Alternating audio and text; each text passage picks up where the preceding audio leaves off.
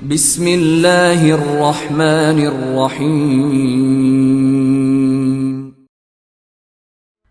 سامعین سے گزارش کی جاتی ہے کہ ہمارے دونوں چینلز کے پلیٹ فارم سے جتنی بھی آڈیو بکس کی ریکارڈنگ کمپلیٹ ہو چکی ہے اسے خود بھی سنیں اور زیادہ سے زیادہ شیئر کرنے کی کوشش کریں، اور ہمارے سوشل میڈیا پلیٹ فارم کے لنکس ڈسکرپشن میں دیے گئے ہیں، ہمیں سبسکرائب اور فالو ضرور کریں تاکہ آپ کو ضروری اپڈیٹس ملتے رہیں، اور ہماری ٹیم کی فنانشیل سپورٹ کے لیے پیٹریون کی لنک ضرور چیک کریں۔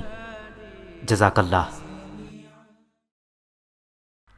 سلطان شہاب الدین غوری، مصنف اسلم راہی MA۔ ایپیسوڈ 21۔ ایبا جب آکاش مل کا خاتمہ کرنے کے بعد واپس اپنے لشکر کی طرف گیا تو سلطان اور قطب الدین ایبک دونوں نے شاندار انداز میں اس کی کامیابی پر اسے مبارکباد دی۔ اس کے بعد سلطان تھوڑی دیر تک دشمن کے لشکر کا بغور جائزہ لیتا رہا۔ بھیم راج جو ہاتھیوں کی صفیں درست کرانے میں مصروف تھا اس پر بھی تھوڑی دیر کے لیے سلطان کی نگاہیں جمی رہی تھیں۔ پھر قطب الدین ایبک ایبا، حسین خرمیل اور اپنے دوسرے ساتھیوں کی طرف دیکھتے ہوئے سلطان کہنے لگا، میرے عزیز ساتھیوں، تم دیکھتے ہو کہ دشمن اپنے ہاتھیوں کی صفوں کو استوار کر رہے ہیں۔ پہلے یہ کہو کہ یہ جو اپنے لشکریوں کو آگے آگے ہاتھیوں کی صفیں درست کرانے میں مصروف ہے یہ کون ہے؟ اس پر قطب الدین ایبک کہنے لگا، سلطان محترم، ہم نے اس شخص کو پہلے کبھی دیکھا تو نہیں، لیکن میرا اندازہ ہے کہ جو اس وقت اپنے لشکر کے سامنے اپنے گھوڑے پر سوار ہے وہ قنوج کا راجہ جے چند ہے، جبکہ وہ شخص جو ہاتھیوں کی صفیں درست کر رہا ہے وہ بھیم راج کے علاوہ اور کوئی نہیں ہو سکتا۔ سلطان پھر دشمن کے لشکر پر نگاہیں جمائی بڑے غور سے اس کا جائزہ لینے لگا۔ سلطان اور اس کے سالاروں کے دیکھتے ہی دیکھتے قنوج کا راجہ جے چند اپنے گھوڑے سے اترا تھا۔ گھوڑے سے اتر کر وہ بھیم راج کے قریب آیا اور اسے مخاطب کر کے کہنے لگا، بھیم راج، میں نے ایک فیصلہ کیا ہے، مجھے امید ہے کہ تم مجھ سے اتفاق کرو گے۔ بھیم راج نے غور سے اس کی طرف دیکھا اور پوچھا، کیسا فیصلہ؟ جے چند نے کچھ سوچتے ہوئے پھر کہنا شروع کیا، میں چاہتا ہوں کہ اگر ہم نے ہاتھیوں کی صفوں کو ہی آگے رکھنا ہے اور پورا لشکر پیچھے رہے گا تو پھر میں چاہوں گا کہ گھوڑے پر سوار رہنے کے بجائے میں اپنے ہاتھی پر سوار رہوں اور اپنے لشکریوں کا حوصلہ بھی بڑھاؤں گا اور انہیں جنگ کے لیے بھی ابھاروں گا، اور میں چاہتا ہوں کہ اس موقع پر تم بھی ہاتھی پر سوار رہو۔ یہاں تک کہنے کے بعد جے چند رکا، پھر اپنی بات کو آگے بڑھاتا ہوا کہہ رہا تھا، بھیم راج، اس کے دو فائدے ہوں گے، ایک تو ہم دونوں محفوظ بھی رہیں گے، اس طرح ہم اپنے لشکریوں کو بہتر انداز میں مسلمانوں پر حملہ آور ہونے کی ترغیب دیتے رہیں گے۔ میں چاہتا ہوں کہ سب سے پہلے اگر ہاتھیوں کی صفیں ہوں تو ان کے پیچھے چند صفیں چھوڑ کر دائیں جانب میں ہاتھی پر سوار ہو کر آگے بڑھوں گا اور بائیں جانب سے تم ہاتھی پر سوار رہو، اور دونوں اپنے لشکریوں کو لڑنے کے لیے ہدایات اور احکام جاری کرتے رہیں گے۔ ایسے مجھے امید ہے کہ جب ہمارے ہاتھی دن دناتے ہوئے دشمن کے لشکر میں داخل ہو جائیں گے، اس کے بعد ہاتھیوں پر بیٹھے ہوئے ہمارے تیر انداز مسلمانوں کے لشکریوں کو اپنا نشانہ بنائیں گے، تو اسی وقت ہی مسلمانوں کے لشکر کے اندر ایک کھلبلی اور ایک افراتفری برپا ہو جائے گی، اور دشمن کے لشکر کی ایسی صورتحال ہماری فتح اور کامیابی کا پہلا در کھول دے گی۔ جے چند جب خاموش ہوا تب خوشی کا اظہار کرتے ہوئے بھیم راج کہنے لگا، میں نے ہاتھیوں کی صفوں کو درست کر دیا ہے، ہاتھیوں کے مہاوتوں اور ان کے پیچھے بیٹھنے والے تیر اندازوں کو بھی احکامات جاری کر دیے ہیں۔ بہرحال میں آپ کی تجویز سے اتفاق کرتا ہوں، گھوڑے کے بجائے ہم دونوں کو ہاتھیوں پر ہی جنگ کی ابتدا کرنی چاہیے۔ بھیم راج کے ان الفاظ کے ساتھ ہی جے چند مطمئن ہو گیا تھا۔ دوبارہ اس نے بھیم راج کو مخاطب کیا، بھیم راج، اب ہم اپنے لشکریوں کو یہ احکامات جاری کرتے ہیں کہ جب وہ دیکھیں گے ہاتھیوں نے دشمن کے لشکر کے اندر افراتفری برپا کر دی ہے اور ہاتھیوں پر بیٹھے ہمارے تیر اندازوں نے بھی تیر اندازی کر کے انہیں کافی نقصان پہنچایا ہے، تو میں سمجھتا ہوں کہ اس موقع پر لشکریوں کو بھی ہاتھیوں کے بیچوں بیچ گزر کر مسلمانوں پر حملہ آور ہو کر اپنی فتح کو یقینی بنانے کی کوشش کرنی چاہیے۔ بھیم راج مسکرایا اور کہنے لگا، جے چند، آپ بالکل بے فکر رہیں، جو آپ چاہتے ہیں یہ سب کچھ میں نے اپنے چھوٹے سالاروں کو پہلے ہی سمجھا رکھا ہے۔ جس وقت ہمارے ہاتھی اور ہمارے تیر انداز مسلمانوں کے لشکر میں کھلبلی مچائیں گے تو اس کے بعد دیکھیے گا کہ ہمارے لشکری کیسے اور کس طرح کے رد عمل کا اظہار کرتے ہیں، دشمن پر آخری ضرب لگا کر اپنی فتح اور اپنی کامیابی کو یقینی بنائیں گے۔ بھیم راج کی اس ساری گفتگو سے جے چند مطمئن ہو گیا تھا۔ پھر دونوں پیچھے ہٹے، اپنے لشکر کی چند صفیں چھوڑ کر دائیں بائیں پہلوؤں پر وہ اپنے ہاتھیوں پر سوار ہو گئے تھے۔ جے چند اور بھیم راج کی یہ ساری نقل و حرکت سلطان شہاب الدین غوری بڑے غور سے دیکھ رہا تھا۔ جب وہ دونوں اپنے ہاتھیوں پر سوار ہو گئے تب اپنے سالاروں سے مخاطب کرتے ہوئے سلطان کہہ رہا تھا، میرے عزیزوں، میں اس جے چند اور بھیم راج دونوں کی نقل و حرکت کو غور سے دیکھ رہا ہوں۔ جو کچھ یہ کر رہے ہیں اس سے میں نے یہ اندازہ لگایا ہے کہ دونوں اپنے لشکر کے درمیانی حصے میں رہ کر اپنے لشکر کو ہم پر حملہ آور ہونے کی ترغیب دیں گے۔ یہ جو انہوں نے اپنے سامنے ہاتھیوں کی صفیں درست کی ہیں تو پہلے وہ ہاتھیوں کو ہمارے لشکر پر حملہ آور ہونے کے لیے آگے بڑھائیں گے۔ وہ یہ چاہتے ہوں گے کہ ہاتھی ہمارے لشکر میں داخل ہو کر افراتفری اور بد نظمی برپا کر کے ہمارے لشکر کی ترتیب خراب کریں گے۔ اس کے بعد وہ زوردار حملہ کریں گے۔ میرے عزیز ساتھیوں، میں یہ بھی دیکھتا ہوں کہ جو ہاتھی آگے صفیں باندھ چکے ہیں اور مہاوتوں کے پیچھے دشمن کے کچھ لشکری بھی ہیں، تم دیکھتے ہو کہ ان کے ہاتھوں میں کمانیں ہیں۔ میرا اندازہ یہ ہے کہ جب یہ ہاتھی اپنے لشکر میں داخل ہوں گے تو ان مہاوتوں کے پیچھے بیٹھنے والے دشمن کے لشکری ہمارے لشکریوں پر تیر اندازی کر کے ہمیں دوہرا نقصان پہنچانے کا ارادہ رکھتے ہیں، لیکن میں انہیں ایسا نہیں کرنے دوں گا۔ یہاں تک کہنے کے بعد سلطان شہاب الدین غوری رکا، پھر ایبا کی طرف دیکھتے ہوئے کہنے لگا، ایبا، پہلے تم یہ کہو کہ ان ہاتھیوں سے متعلق تمہارا کیا خیال ہے، اس کے بعد میں جو کچھ کرنا چاہتا ہوں اس کی تفصیل تم لوگوں سے کہوں گا۔ ایبا مسکرایا اور کہنے لگا، سلطان محترم، ان ہاتھیوں کی تو آپ کوئی پرواہ ہی نہ کریں، ان سے میں اور میرے تیر انداز خوب نمٹیں گے۔ سلطان محترم، جن سارے تیر اندازوں کو میں نے اپنے طور پر تیر اندازی کی تربیت دی ہے انہیں میں نے 2 حصوں میں تقسیم کر لیا ہے، ایک لشکر کے دائیں حصے میں ہے، ایک بائیں حصے میں۔ دشمن جب اپنے لشکریوں کو آگے بڑھائے گا تو میں نے اپنے تیر اندازوں کو ہدایت جاری کر دی ہیں کہ سب سے پہلے وہ جو تیروں کی بوچھاڑ ماریں گے تو وہ ہاتھیوں کی آنکھوں میں ماریں گے۔ اگر وہ اگلی چند صفوں کے ہاتھیوں میں تیر مارتے ہوئے انہیں اندھا کر دیں گے تو پھر پچھلے ہاتھیوں سے نمٹنا آسان ہو جائے گا۔ میں نے انہیں یہ بھی کہہ دیا ہے کہ اپنے تیروں کی دوسری بوچھاڑ پہلے ہاتھیوں کے مہاوتوں کو ماریں گے، اس لیے کہ پچھلے ہاتھی چونکہ اگلے ہاتھیوں کی اوٹ میں ہوں گے لہٰذا ان کی آنکھوں کو نشانہ نہیں بنایا جا سکے گا، لیکن ان کے مہاوت ہمارے تیروں کا نشانہ بن سکتے ہیں۔ اب اگلی صفوں کے ہاتھی جب آنکھوں سے محروم ہو جائیں گے تو وہ کسی کام کے نہیں رہیں گے، نہ وہ ہمارے لیے نقصان دہ ثابت ہوں گے اور نہ وہ اپنے مہاوتوں کو آگے رکھیں گے۔ جب وہ آنکھوں میں تیر لگنے کی تکلیف سے دوچار ہو کر بیزاری کا اظہار کرتے ہوئے ادھر ادھر بھاگیں گے تو مہاوت انہیں اپنی گرفت میں نہیں رکھ سکیں گے، اور جب ایسا ہوگا تو مہاوتوں کے پیچھے جو تیر انداز بیٹھے ہوئے ہیں ان سے بھی ہمیں کوئی خطرہ نہیں رہے گا، وہ تیر اندازی نہیں کر سکیں گے، اس لیے کہ میرے اندازے کے مطابق ہاتھی پلٹیں گے۔ اتنی دیر تک جب ہمارے تیر انداز پچھلے ہاتھیوں کے مہاوتوں کو بھی اپنے تیروں کا نشانہ بناتے ہوئے مار گرائیں گے تو پھر پچھلے ہاتھیوں کو سنبھالنے والا کوئی نہیں رہے گا۔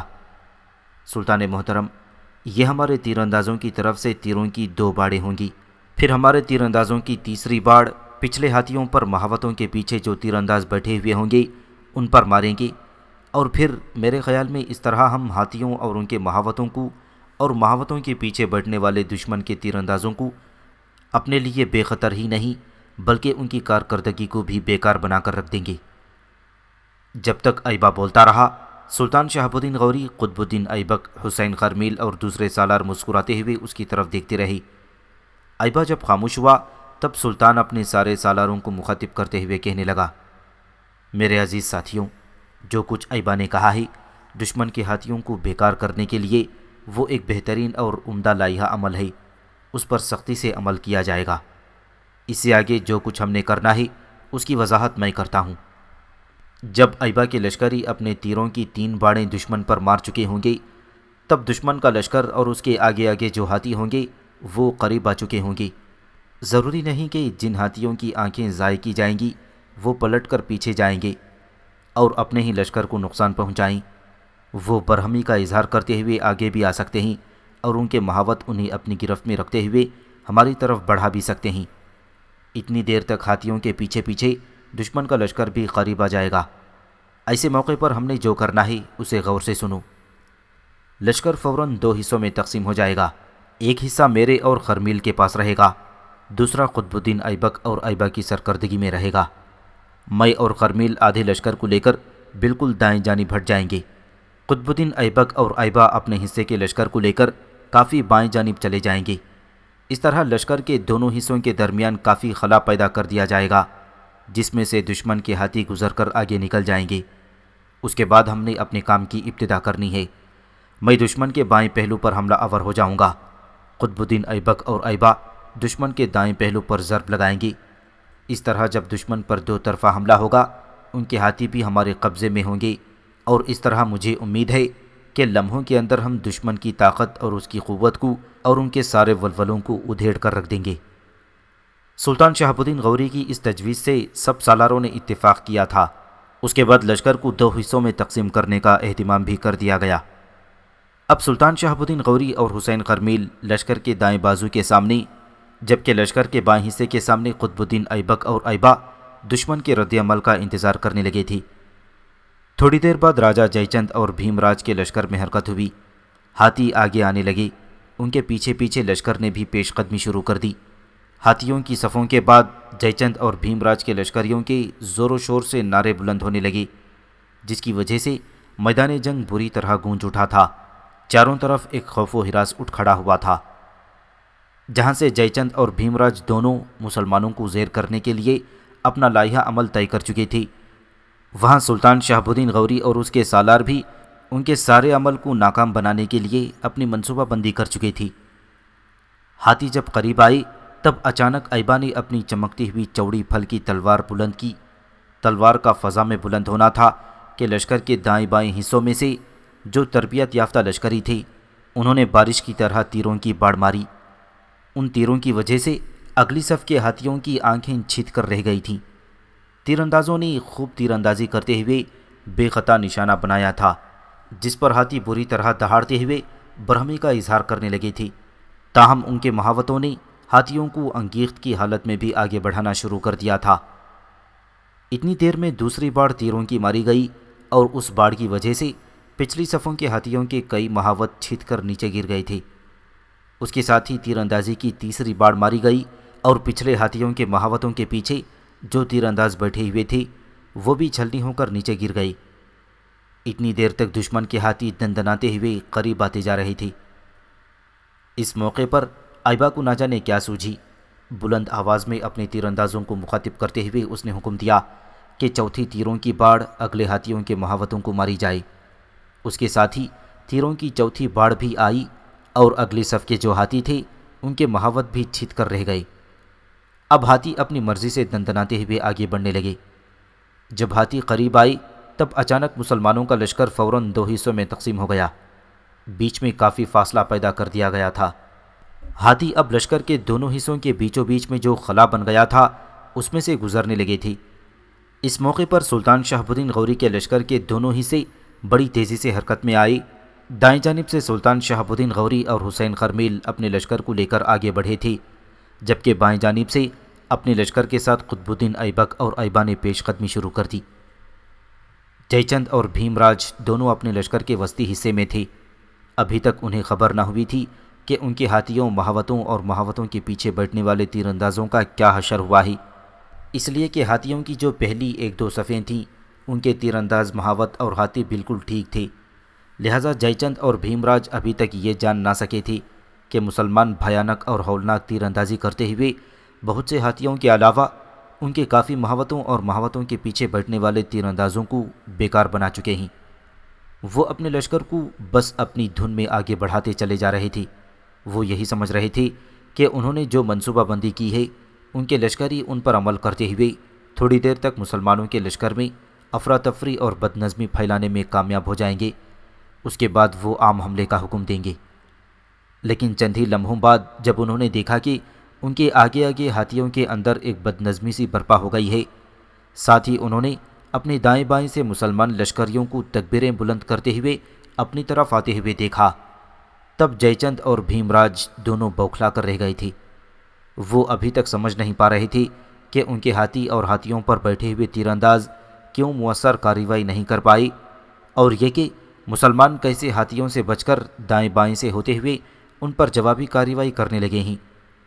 وہ ابھی اسی شش و پنج میں تھے کہ سلطان اور اس کے سالاروں نے جوابی کارروائی شروع کر دی۔ دائیں طرف سے خود سلطان شہاب الدین غوری اور حسین خرمیل اپنے حصے کے لشکر کے ساتھ جے چند کے لشکر کے بائیں پہلو کی طرف بڑھتے رہے۔ پھر وقت کی آنکھ نے دیکھا کہ سلطان شہاب الدین غوری دشمن کے لشکر کے بائیں پہلو پر ظلمتوں میں سرگرداں ارتقاء کے لپکتے کھولتے شعلوں، چاروں طرف آفاق میں گھومتی فضاؤں میں عذاب بنتے لمحات اور جسموں کو عریاں روحوں کو پارا پارا کر دینے والے خوف کے بے روک سیلاب کی طرح حملہ آور ہوا تھا۔ عین اسی لمحے قطب الدین ایبک اور ایبا دونوں اپنے حصے کے لشکر کے ساتھ دشمن کے لشکر کے دائیں پہلو کی طرف شب خانوں کی بے ضمیری میں سلگتی قیامت اور مضطرب و سرگرداں جذبوں کی طرح بڑے تھے۔ پھر وہ بھی سلطان شہاب الدین غوری کی طرح دشمن کے لشکر کے دائیں پہلو پر بھٹکتی بے درد صداؤں میں فنا ساز صحرا کی اڑتی ریت کی طرح حملہ آور ہو گئی تھی۔ اس بار چونکہ سلطان شہاب الدین غوری نے جنگ کرنے کا اپنا لائحہ عمل تبدیل کر دیا تھا، لہٰذا جوابی کارروائی کرنے میں جے چند اور بھیم راج کو کچھ وقت لگا۔ تاہم ان کے لشکر کی تعداد چونکہ زیادہ تھی، لہٰذا سنبھلتے ہوئے اور جوابی کارروائی کرتے ہوئے وہ بھی مسلمانوں پر تلاتم کے اضطراب اور سلگتی آندھیوں، بت خانوں کی بے ضمیری، چندواڑ کے میدانوں میں نفرتوں کے عذاب تلے ہلاکت بچھاتی قتل گاہیں آباد ہونے لگی تھیں۔ جبر کے سائے اپنے سامنے کرب کے عکس اور اپنے رابطے بڑھانے لگے تھی۔ موت پگھل کر بہتے لہو، تیزی سے پھیلتے زہر اور انتقام کی بھٹی کی طرح چاروں طرف اپنا دائرہ وسیع کرنے لگی تھی۔ جسم و جان کے رابطے منقطع ہونے لگے تھی۔ قدر شناسیاں حشر سامانیوں کے عذاب اور احساس کی مہک خوف کے رویوں میں تبدیل ہونا شروع ہو گئی تھی۔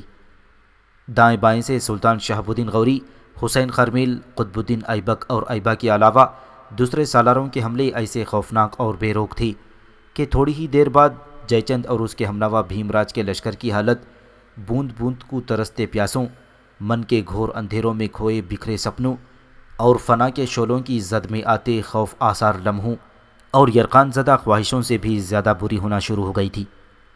جس وقت سلطان شہاب الدین غوری، حسین خرمیل، قطب الدین ایبک اور ایبا دشمن کے پہلوؤں کی طرف سے حملہ آور ہوئے، تب اپنے لشکر کے درمیانی حصوں میں سے جے چند اور بھیم راج بڑے فکر مند اور پریشان ہوئے، اس لیے نہیں کہ مسلمان تیر اندازوں نے تیر اندازی کرتے ہوئے ان کے کئی ہاتھیوں کو بیکار کر دیا تھا اور محاوتوں کو ہلاک کرنے کے بعد ان گنت تیر اندازوں کا بھی خاتمہ کر دیا تھا، بلکہ وہ اس لیے پریشان تھے کہ مسلمان سامنے سے ہٹ کر ان کے لشکر کے پہلوؤں پر حملہ آور ہوئے تھے اور ان کے ہاتھی کسی کام کے نہ رہے تھے۔ تھوڑی ہی دیر بعد جب ایک صف سے دوسری صف، دوسری سے تیسری صف تک یہ خبریں پہنچیں کہ مسلمانوں نے ہاتھیوں کی اگلی کئی صفوں پر تیر اندازی کرتے ہوئے نہ صرف چھلنی کیا ہے بلکہ انہیں آنکھوں سے بھی محروم کر دیا ہے، محاوتوں کا بھی خاتمہ کر دیا ہے، اور پچھلے ہاتھیوں کے محاوت اور تیر انداز بھی اپنے جانوں سے ہاتھ دھو بیٹھے ہیں، تب جے چند اور بھیم راج دونوں تفکرات کا شکار ہو گئے تھے۔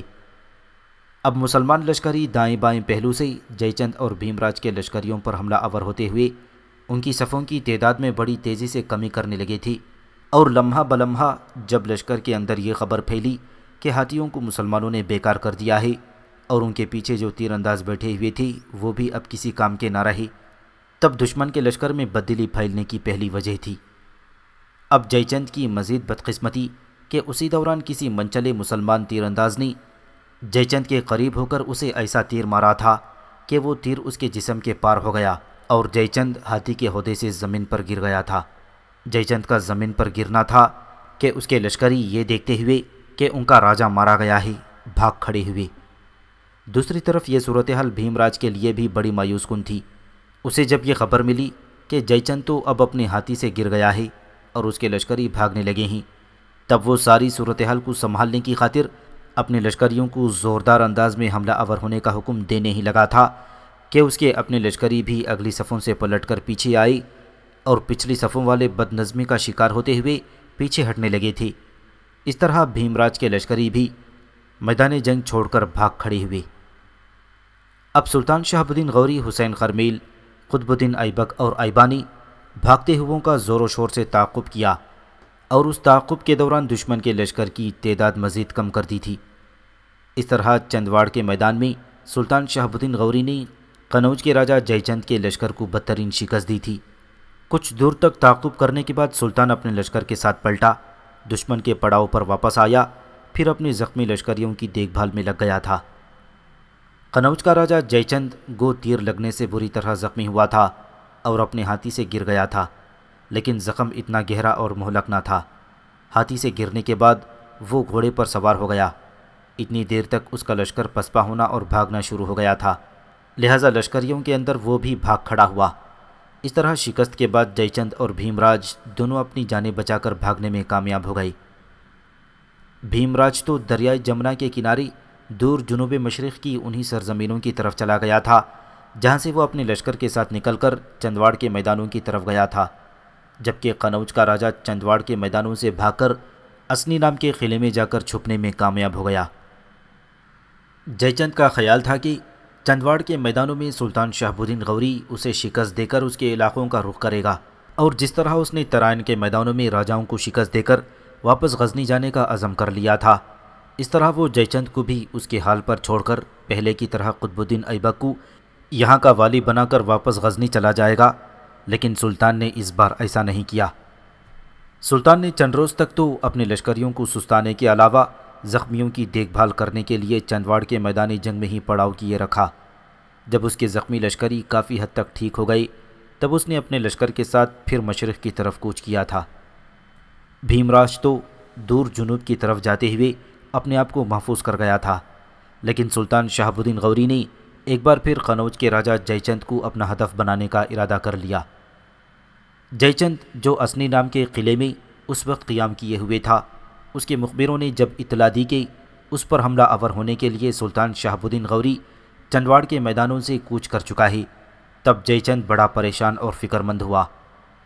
اسنی نام کا وہ قلعہ جسے وہ اپنے لیے انتہائی محفوظ اور دشمن کے لیے ناقابل تسخیر خیال کرتا تھا، وہاں بھی اس نے قیام کرنا پسند نہ کیا۔ وہ جانتا تھا کہ اگر سلطان شہاب الدین غوری نے آگے بڑھ کر اس کے قلعے کا محاصرہ کر لیا تو اس وقت تک وہ کہیں نہیں جائے گا جب تک کہ قلعے کو فتح نہیں کرے گا اور جے چند کا سر نہیں قلم کر دے گا۔ لہٰذا اپنی جان بچانے کی خاطر جے چند اسنی نام کے قلعے سے بھی نکل بھاگا۔ دوسری طرف سلطان شہاب الدین غوری برق رفتاری سے آگے بڑھتا ہوا اسنی پہنچا۔ اسے کوئی خاص مزاحمت نہ کرنی پڑی اور جے چند کے اس قلعے پر سلطان نے قبضہ کر لیا تھا۔ مورخین لکھتے ہیں کہ یہ قلعہ جے چند کے ہاں بڑی اہمیت رکھتا تھا۔ اکثر و بیشتر جے چند اس قلعے میں قیام کرتا اور اس قلعے کے اندر اس نے اپنی سلطنت کی ساری دولت اور جواہرات جمع کر رکھی تھی۔ سلطان شہاب الدین غوری جب اس قلعے میں داخل ہوا تو جس قدر دولت جے چند نے جمع کر رکھی تھی وہ ساری سلطان کے ہاتھ لگ گئی۔ اب سلطان شہاب الدین غوری کی طاقت و قوت میں بھی اضافہ ہو چکا تھا۔ چنڈوال کے میدانوں میں سلطان کے ہاتھ دشمن کے 3000 ہاتھی لگے تھے اور پھر اسنی کے قلعے سے بے شمار جواہرات کے علاوہ دولت کے انبار بھی اسے ملے۔ اس طرح اس کی عسکری اور اقتصادی حالت مضبوط اور مستحکم ہو کر رہ گئی تھی۔ اسنی سے نکل کر سلطان شہاب الدین غوری نے اپنے لشکر کے ساتھ جے چند کے شہر قنوج کا رخ کیا تھا۔ جہاں تک قدیم شہر قنوج کا تعلق ہے تو اسے ہندوؤں کے اوتار راجہ رام چندر اس علاقے کا والی رہنے کے بعد قنوجی نام کے ایک راجہ نے آباد کیا تھا۔ اسی کے نام پر یہ قدیم شہر قنوج پڑ گیا تھا۔ تاہم یہ بھی کہا جاتا ہے کہ یہ شہر بہت ہی قدیم شہر ہے۔ قنوج راجہ نے اسے آباد کیا تھا، اس کے زمانے سے پہلے بھی یہاں اس کی آبادی تھی۔ یہ شہر اکثر و بیشتر اجڑتا اور آباد ہوتا رہا۔ یہ شہر اس وقت دریائے گنگا سے 2 کوس کے فاصلے پر تھا، لیکن برسات کے موسم میں گنگا میں سیلاب آیا کرتا تھا تو گنگا کا پانی قنوج میں پہنچ جایا کرتا۔ راجہ قنوجی کے بعد کہتے ہیں کہ اس شہر پر اس کا بیٹا راجہ کید حکمران بنا۔ اسی راجہ کید کے دور حکومت میں سکندر اعظم ہندوستان پر حملہ آور ہوا تھا۔ کچھ مورخین کا خیال ہے کہ اس شہر کی حفاظت کے لیے اس کے اطراف میں 5 مضبوط اور مستحکم قلعے تھے جس کے کھنڈر اب بھی دیکھے جا سکتے ہیں۔ لیکن جب سلطان محمود غزنوی اس شہر پر حملہ آور ہوا تھا تو اس نے اس کے ارد گرد 7 قلعوں کو فتح کیا تھا۔ اس قلعے سے متعلق ہندو مت کے مذہبی لوگوں کا یہ خیال تھا کہ قنوج شہر کو کوئی غیر ہندو فتح ہی نہیں کر سکتا، لیکن سب سے پہلے سلطان محمود غزنوی نے ان کے اس قلعے پر ضرب لگائی اور اس نے قنوج شہر کو فتح کر کے اس کی اینٹ سے اینٹ بجا کر رکھ دی۔ بہرحال سلطان شہاب الدین غوری اسنی کے قلعے سے جے چند کو بھگانے کے بعد اس کے مرکزی شہر قنوج کی طرف بڑھا تھا۔ جے چند نہ جانے کہاں روپوش ہو گیا تھا، لہٰذا قنوج میں سلطان شہاب الدین غوری کے سامنے کوئی لشکر نہ آیا، نہ کسی نے کوئی مزاحمت کی، لہٰذا قنوج تک کا سارا علاقہ سلطان شہاب الدین غوری فتح کرتا چلا گیا تھا، اور اس کے بعد سلطان نے دریائے گنگا کے کنارے کنارے جنوب کی طرف بڑھنا شروع کر دیا۔ ان دنوں بھیم راج ایک خاصے بڑے لشکر کے ساتھ دریائے جمنا کے قریب ہی ان علاقوں میں قیام کیے ہوئے تھا جہاں سے نکل کر وہ چندواڑ کے میدان جنگ کی طرف گیا تھا۔ اس کے اپنے لشکری اس کے ساتھ تھی، اس کے علاوہ جے چند کے وہ لشکری جو شکست اٹھا کر اپنی جانیں بچانے میں کامیاب ہو گئی تھی، وہ بھی بھیم راج کے ساتھ جا ملی تھی۔ اس طرح بھیم راج کے لشکر کی تعداد پہلے کی نسبت زیادہ ہو گئی تھی۔ بھیم راج کو جب یہ خبر ہوئی کہ سلطان شہاب الدین غوری قنوج سے بڑی برق رفتاری کے ساتھ دریائے گنگا کے کنارے کنارے جنوب مشرق کے رخ پر پیش قدمی کر رہا ہے، تب وہ بڑا فکر مند ہوا۔ وہ یہ سمجھا کہ شاید مسلمانوں کا سلطان اس کے خلاف کوئی جنگی چال چل رہا ہے۔ گنگا کے کنارے آتے آتے کہیں وہ ایک دم دائیں ہاتھ پلٹ کر دریائے جمنا کا رخ نہ کرے اور دریائے جمنا کو فوراً عبور کر کے اس پر حملہ آور نہ ہو جائے، لہٰذا جن علاقوں میں اس نے قیام کیا ہوا تھا وہاں سے وہ نکلا اور مزید جنوب کی طرف دریائے نرمدا کی طرف چلا گیا۔ دوسری طرف سلطان نے بھیم راج کو تو کوئی اہمیت نہ دی۔ اپنے لشکر کے ساتھ دریائے گنگا کے کنارے آگے بڑھتے ہوئے سلطان نے اب ہندوستان کے مشہور و معروف شہر بنارس کا رخ کیا تھا۔ جہاں تک بنارس شہر کا تعلق ہے تو یہ ایک انتہائی قدیم اور مندروں کا شہر کہلواتا ہے۔ کہتے ہیں کبھی یہ شہر راجہ کاشی کی سلطنت کا دارالحکومت ہوا کرتا تھا۔ دریائے گنگا کے بائیں کنارے پر یہ شہر دہلی سے لگ بھگ 575 میل جنوب مشرق میں واقع ہے۔ اس شہر سے متعلق یہ بھی کہا جاتا ہے کہ یہ شہر کوئی 4000 سال پرانی تاریخ کا حامل ہے۔ 2000 قبل مسیح میں آریہ یہاں آ کر آباد ہو گئی اور یہ شہر ان کا مذہبی اور سیاسی مرکز بن گیا۔ بدھ مت کے ظہور سے پہلے یہ شہر ململ، ریشم، عطریات اور ہاتھی دانت کے کام کے لیے بڑا مشہور تھا۔ 296 قبل مسیح میں چندر گپت موریہ نے اس شہر کو اپنی حکومت میں شامل کر لیا۔ اس کے بعد 232 قبل مسیح میں راجہ اشوک کے عہد میں یہ شہر بدھ مت کا مرکزی شہر بن گیا۔ پہلی صدی عیسوی میں کابل کے حکمران کنشک نے اسے اپنی سلطنت میں شامل کر لیا تھا اور اگلے 1000 برس تک یہ شہر بدھ مت اور ہندو مذہب کا اہم شہر قرار دیا جاتا رہا۔ اس کے بعد سلطان محمود غزنوی بھی ان علاقوں پر حملہ آور ہوا تھا، لیکن اس کے بعد یہ شہر پھر راجاؤں کے قبضے میں چلا گیا تھا، یہاں تک کہ شہاب الدین غوری کو اس پر حملہ آور ہونے کی ضرورت پیش آئی اور اس نے جے چند کو شکست دے کر اس شہر کا محاصرہ کر لیا تھا۔ کہتے ہیں اکبر کے عہد میں یہاں دوبارہ ہندو تہذیب کا احیاء ہوا، لیکن مغلیہ سلطنت کے زوال کے بعد یہ شہر اپنی اہمیت کھو بیٹھا۔ مغلوں ہی کے دور میں یہاں مشہور فلسفی اور شاعر رمانند، بھگت کبیر اور تلسی داس جیسے لوگ پیدا ہوئے۔ اسی دور میں مسلمان جلاحوں نے یہاں نفیس ترین ململ بنانے کے فن کو عروج بخشا۔ مغلیہ دور کے زوال کے ساتھ ہی بنارس میں ہندو راج کا آغاز ہو گیا، جس کی وجہ سے یہ ایک نیم خود مختار حکومت کا حامل بن گیا۔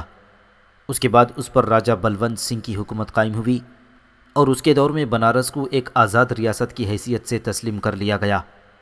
اسی عہد میں بنارس شہر کے اندر مرہٹوں، بدھوں، دیپالیوں اور ہندوؤں نے کافی تعمیرات کا کام سر انجام دیا۔ بہرحال سلطان شہاب الدین غوری بڑی تیزی اور برق رفتاری کے ساتھ دریائے گنگا کے کنارے کنارے بنارس شہر کی طرف بڑھا تھا۔ راجہ جے چند کو وہ پہلے ہی اپنے سامنے مغلوب کر چکا تھا اور اس کی سلطنت کے اکثر علاقوں پر وہ قابض بھی ہو چکا تھا، لہٰذا بنارس میں اس وقت کوئی اتنا بڑا لشکر نہ تھا جو سلطان شہاب الدین غوری کا مقابلہ کرتا۔ اس بنا پر بنارس میں سلطان فاتح کی حیثیت سے داخل ہوا اور شہر پر اس نے قبضہ کر لیا۔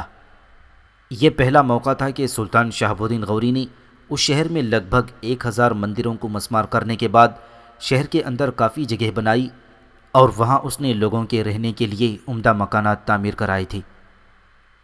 بنارس شہر کو فتح کرنے کے بعد سلطان شہاب الدین غوری نے اپنے لشکر کے ساتھ وہاں قیام کر لیا تھا۔ ایک روز سلطان شہاب الدین غوری بنارس شہر ہی میں اپنے سالاروں کے ساتھ بیٹھا کسی موضوع پر گفتگو کر رہا تھا کہ غزنی کی طرف سے اس کے پاس کچھ قاصد آئے۔ انہیں دیکھتے ہی سلطان شہاب الدین غوری کسی قدر فکر مند ہو گیا تھا۔ اور سارے سالار بھی ایک جستجو کی عالم میں کبھی سلطان اور کبھی آنے والے ان مخبروں کی طرف دیکھ رہے تھی۔ اس موقع پر سلطان نے ان مخبروں کو مخاطب کیا، میرے عزیزو، لگتا ہے مغرب سے تم میرے لیے کوئی اچھی خبر لے کر نہیں آئی۔ آنے والے ان مخبروں میں سے ایک سلطان کو مخاطب کر کے کہنے لگا، سلطان محترم، آپ کا اندازہ درست ہے۔ اس کے بعد مخبر نے سلطان کو طوس اور سرخس شہروں کے حالات خراب ہونے کی اطلاع دی۔ یہ خبر سن کر سلطان شہاب الدین غوری کے چہرے پر ہلکا سا تبسم نمودار ہوا۔ اس کے بعد سالاروں کو مخاطب کر کے کہنے لگا، ان دونوں شہروں کے لوگ ابھی تک صحیح طرح سے اطاعت گزار نہیں ہوئے۔ بہرحال پریشانی اور فکر مندی کی کوئی بات نہیں۔ ساتھ ہی سلطان نے آنے والے مخبروں کو مخاطب کیا، تم آج کی رات یہاں قیام کرو، تمہیں آرام کرنے کی ضرورت ہے۔ کل میں یہاں سے کوچ کروں گا اور تم میرے ساتھ روانہ ہوگے۔ اس کے ساتھ ہی سلطان نے اپنے ایک چھوٹے سالار کو حکم دیا اور سلطان کے کہنے پر وہ سالار ان مخبروں کو اپنے ساتھ لے گیا۔ ان کے جانے کے بعد سلطان نے بڑے غور سے باری باری قطب الدین ایبک، ایبا، حسین خرمیل اور اپنے دوسرے سالاروں کی طرف دیکھا، پھر کہنے لگا، مخبروں نے جو اطلاع دی ہے تم بھی سن چکے ہو۔ میں یہاں قیام کر کے وقت ضائع نہیں کرنا چاہتا، کل میں یہاں سے کوچ کر جاؤں گا۔ قطب الدین، حسب سابق حسین خرمیل کو اپنے ساتھ لے جاؤں گا۔ جہاں تک ایبا کا تعلق ہے تو میں جانتا ہوں کہ تم اسے اپنے پاس رکھنا پسند کرو گی۔ سلطان یہیں تک کہنے پایا تھا کہ اس کی بڑی ممنونیت اور شکر گزاری میں دیکھتے ہوئے قطب الدین ایبک کہنے لگا، سلطان محترم، جب تک ہندوستان کے پورے حالات ہماری گرفت میں نہ آ جائیں، میری آپ سے گزارش ہے کہ ایبا کو میرے پاس رہنے دیں۔ اس کے مشورے اور اس کی کارکردگی میرے لیے یقیناً ہر وقت سود مند رہے گی۔ سلطان مسکرایا اور کہنے لگا، قطب الدین میرے بیٹے، تمہیں پریشان اور فکر مند ہونے کی ضرورت نہیں۔ ہندوستان کے حالات جب ٹھیک ہو گئے تب بھی میں چاہوں گا کہ ایبا تمہارے ساتھ ہی رہے گا۔ دونوں مل کر یہاں کے حالات پر اپنی گرفت مضبوط سے مضبوط کرتے چلے جاؤ۔ یہاں تک کہنے کے بعد سلطان شہاب الدین غوری تھوڑی دیر کے لیے رکا۔ اس کے بعد قطب الدین کی طرف دیکھتے ہوئے وہ کہہ رہا تھا، قطب الدین، جیسا کہ اس سے پہلے تم اور ایبا دونوں مجھے یہ اشارہ دے چکے ہو کہ تم نہر والا پر حملہ آور ہو کر اپنی پہلی پسپائی کا ان سے انتقام لوگی، میں کل صبح سویرے ہی یہاں سے کوچ کر جاؤں گا۔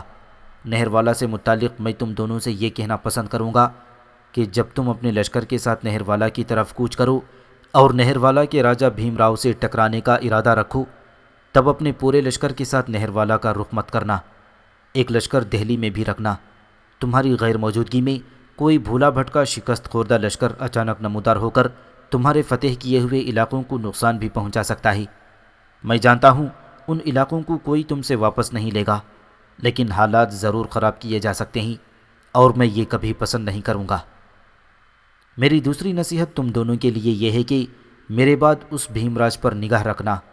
قنوج کا سابق راجہ جے چند تو غائب ہو چکا ہے، وہ مجھے امید ہے تمہارے لیے آئندہ کسی خطرے کا باعث نہیں بنے گا، لیکن بھیم راج میں ابھی دمخم ہے اور وہ ایک لشکر لے کر دریائے نرمدا کی طرف ہٹ چکا ہے۔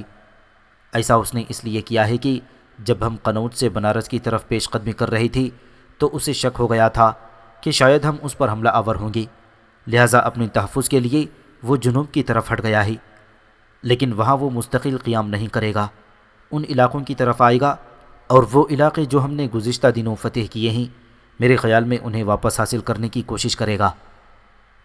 یہاں تک کہنے کے بعد سلطان رکا، کچھ سوچا، پھر باری باری قطب الدین ایبک اور ایبا کی طرف دیکھتے ہوئے وہ پھر کہہ رہا تھا، میرے عزیزو، اس وقت میرے خیال کے مطابق ہندوستان میں 4 قوتیں ہیں جو آنے والے دنوں میں یا مستقبل بعید میں ہمارے لیے خطرہ تو نہیں، دشواری کا باعث ضرور بن سکتی ہیں۔ پہلا بھیم راج ہے، جس کے پاس اس وقت بھی کافی بڑا لشکر ہے۔ میرے خیال میں جنوب کی طرف جانے کے بعد وہ اپنے لشکر میں مزید اضافہ کر کے اپنی عسکری قوت کو بڑھانے کی کوشش کرے گا۔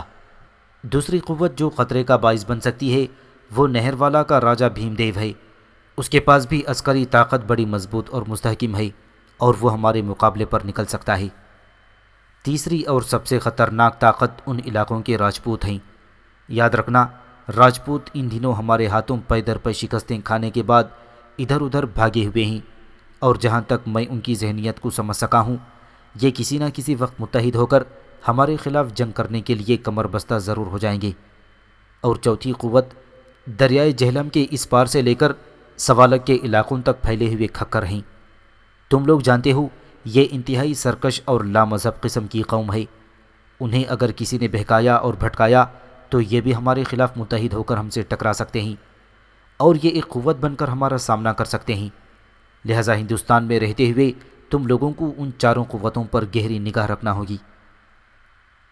یہاں تک کہنے کے بعد سلطان شہاب الدین غوری دم لینے کے لیے رکا، کچھ سوچا اور اس کے بعد وہ دوبارہ کہہ رہا تھا، میرے عزیزوں، کل فجر کی نماز کے بعد میں یہاں سے اپنے اس لشکر کے ساتھ کوچ کر جاؤں گا جسے میں غزنی سے اپنے ساتھ لے کر آیا تھا۔ میرے بعد تم چند روز مزید بنارس میں قیام کر کے یہاں کے نظم و نسق کو درست کرنا، شہریوں کے احوال کی درستگی کا بھی خیال رکھنا۔ اس کے بعد دہلی جانا، وہاں قیام کے دوران پہلے کی طرح اپنے لشکر میں اضافہ کرنا اور لشکر میں جو نئے لشکری شامل ہوں گے پہلے کی طرح ان کی تنظیم اور ان کی تربیت کا بہترین کام سر انجام دینا۔ سلطان پھر رکا اور اس کے بعد وہ ایبا کی طرف دیکھتے ہوئے کہنے لگا، ایبا میرے بیٹے، چندواڑ کے میدانوں میں تمہاری کارگزاری سے بے حد خوش ہوا۔ تم نے جس طرح اپنے تیر اندازوں کو تربیت دی ہے، میں سمجھتا ہوں کہ تم نے انہیں دشمن کے مقابلے کے لیے بالکل ناقابل تسخیر بنا کر رکھ دیا ہے۔ ان تیر اندازوں نے جس مہارت سے جے چند کے ہاتھیوں کی آنکھوں پر تیر اندازی کی تھی، اس کے بعد جس طرح مہاوتوں کا خاتمہ کر دیا اور مہاوتوں کے پیچھے بیٹھے ہوئے تیر اندازوں کو نشانہ بنایا، یہ ساری کارروائی ان کی بہترین تربیت اور تنظیم کی نشاندہی کرتی ہے۔ میں تمہارے اس فعل سے بھی بڑا خوش ہوا تھا کہ تم نے اپنے تیر اندازوں کو دشمن کی صفوں کو 3 باڑیں مارنے کا حکم دیا تھا، لیکن جنگ کے دوران جب تم نے دیکھا کہ اگلے ہاتھیوں کی مہاوت زندہ ہیں تو تم نے چوتھی باڑ مارنے کا بھی حکم دے دیا۔ اس طرح تم نے مکمل طور پر دشمن کے ہاتھیوں کو اپنے لیے بے خطر اور مفلوج بنا کر رکھ دیا تھا۔ سلطان شہاب الدین غوری پھر تھوڑی دیر کے لیے رکا، اس کے بعد دکھ بھرے انداز میں ایبا کی طرف دیکھتے ہوئے کہہ رہا تھا، ایبا، تم جانتے ہو تمہاری حیثیت ہمیشہ میرے ہاں ایک بیٹے کی سی رہی ہے۔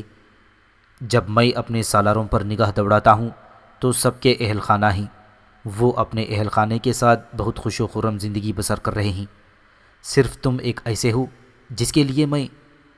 سلطان یہیں تک کہنے پایا تھا کہ ایبا بیچ میں بول پڑا اور کہنے لگا، سلطان محترم، شادی تو ایک بار میں نے کر لی تھی، وہ لڑکی بھی اچھی تھی، وفادار تھی، میرا بہت خیال بھی رکھتی تھی، حسن سیرت رکھتی تھی، لیکن مقدر میں میرا اور اس کا ساتھ کوئی طویل نہیں تھا، اس لیے ہم دونوں میں مفارقت ہو گئی۔ اب زندگی کے موڑ پر کوئی اچھا ساتھی ملا تو اپنی زیست کا ہمراز بنانے کی کوشش ضرور کروں گا۔ ایبا جب خاموش ہوا تو اس کی طرف گھورنے کے سے انداز میں سلطان نے کہا، نہروالا کی راجکماری کمار دیوی سے متعلق تمہارا کیا خیال ہے؟ ایک تلخ سی مسکراہٹ ایبا کے چہرے پر نمودار ہوئی، پھر کہنے لگا، سلطان محترم، اس سے متعلق مجھے تفصیل کے ساتھ خبریں ملتی رہی ہیں۔ پہلی بات یہ ہے کہ وہ مجھ سے انتہا درجے کی نفرت کرتی ہے۔ دوسری بات یہ ہے کہ اس نے اپنے راج مندر میں جا کر یہ سوگند کھا رکھی ہے کہ اس وقت تک وہ شادی نہیں کرے گی جب تک مجھے اپنے ہاتھوں سے قتل نہیں کر لے گی۔ سلطان محترم، ان حالات میں اس راجکماری سے متعلق کیا سوچ سکتا ہوں؟ میں زندگی میں کبھی بھی اس پر حملہ آور ہونے میں پہل نہیں کروں گا۔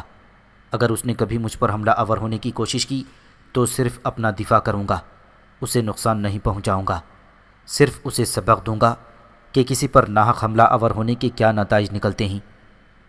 اتنا کہنے کے بعد تھوڑی دیر کے لیے ایبا رکا، کچھ سوچا، پھر دوبارہ سلطان کی طرف دیکھتے ہوئے کہنے لگا، اس کے علاوہ میری اور اس کی ذات، میرے اور اس کے خیالات، میرے اور اس کے دھرم، میرے اور اس کے رہن سہن کے رجحانات میں بڑا اور بہت بڑا تفاوت ہے۔